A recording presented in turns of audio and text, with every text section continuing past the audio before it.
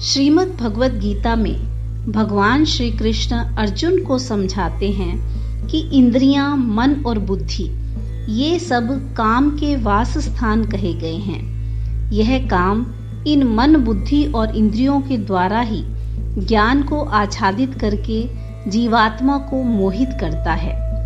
इससे यह भाव दिखलाया गया है कि यह काम मनुष्य के मन, बुद्धि और इंद्रियों में प्रविष्ट होकर उसकी विवेक शक्ति को नष्ट कर देता है और भोगों में उसे सुख दिलाकर उसे पापों में प्रवृत्त कर देता है, जिससे मनुष्य का अधः पतन हो जाता है। इसलिए शीघ्र ही उसे सचेत हो जाना चाहिए। यह बात एक कल्पित दृष्टांत के द्वारा समझाई गई है कि चेतन सिंह नाम के एक राजा थे। उनके प्रधानमंत्री का नाम था ज्ञान सागर। प्रधानमंत्री के अधीनस्थ एक सहकारी मंत्री था, उसका नाम था चंचल सिंह। राजा अपने मंत्री और सहकारी मंत्री सहित अपनी राजधानी मध्यपुरी में रहते थे। राज्य 10 जिलों में बटा हुआ था और प्रत्येक जिले में एक जिलाधीश अधिकारी नियुक्त था। राजा बहुत ही विचारशील, कर्म प्रवण और सुशील था। उसके राज्य में सभी सुखी थे। राज्य दिनों दिन उन्नति कर रहा था।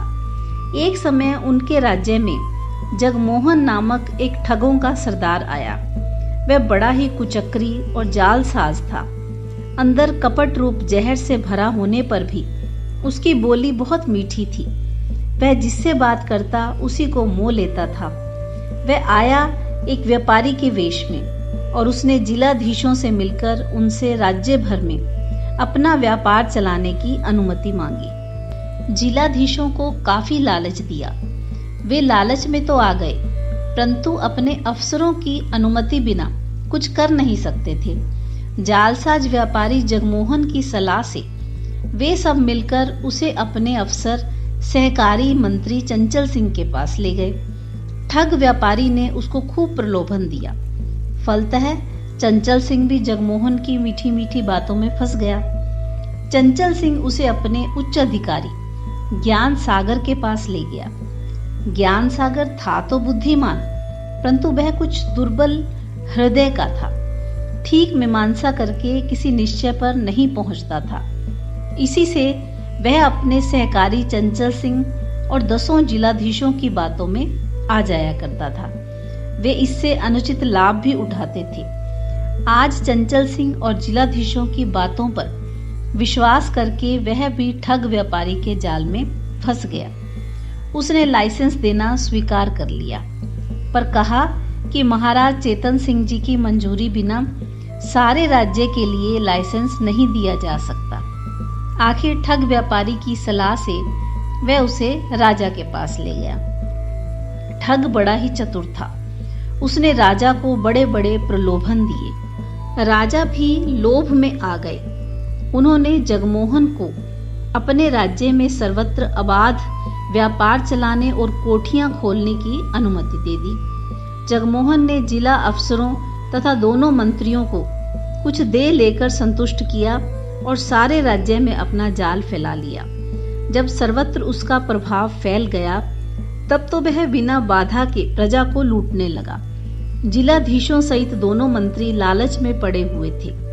राजा को भी लूट का हिस्सा देकर उसने अपने वश में कर लिया और छल, कौशल और मीठी मीठी चिकनी चुपड़ी बातों में राजा को तथा विषय लोलुप सब अफसरों को कुमार्गगामी बनाकर उसने सबको शक्तिहीन, अकर्मण्य और दुर्व्यसन प्रिय बना दिया और चुपके चुपके तेजी के साथ अपना बल बढ़ाकर उसने सारे राज्य पर अपना अधिकार जमा लिया।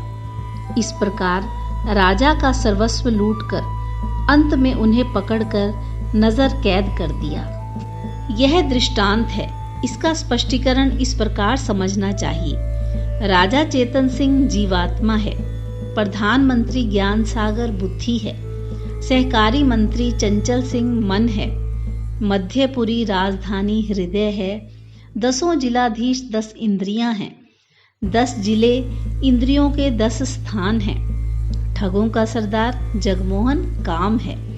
विषय भोगों के सुख का प्रलोभन ही सबको लालच देना है। विषय भोगों में फंसाकर जीवात्मा को सच्चे सुख के मार्ग से भ्रष्ट कर देना ही उसे लूटना है और उसके ज्ञान को आवृत करके सर्वथा मोहित कर देना और मनुष्य जीवन के परम लाभ से वंचित रहने को बाध्य कर डालना ही नजर कैद करना है।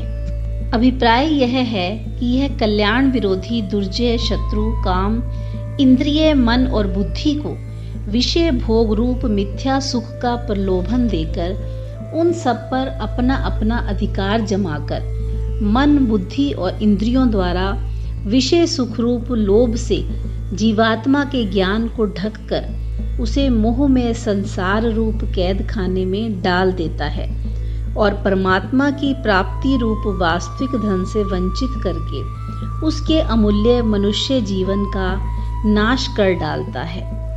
जय श्री कृष्णा। जय श्रीमद् भगवद गीता।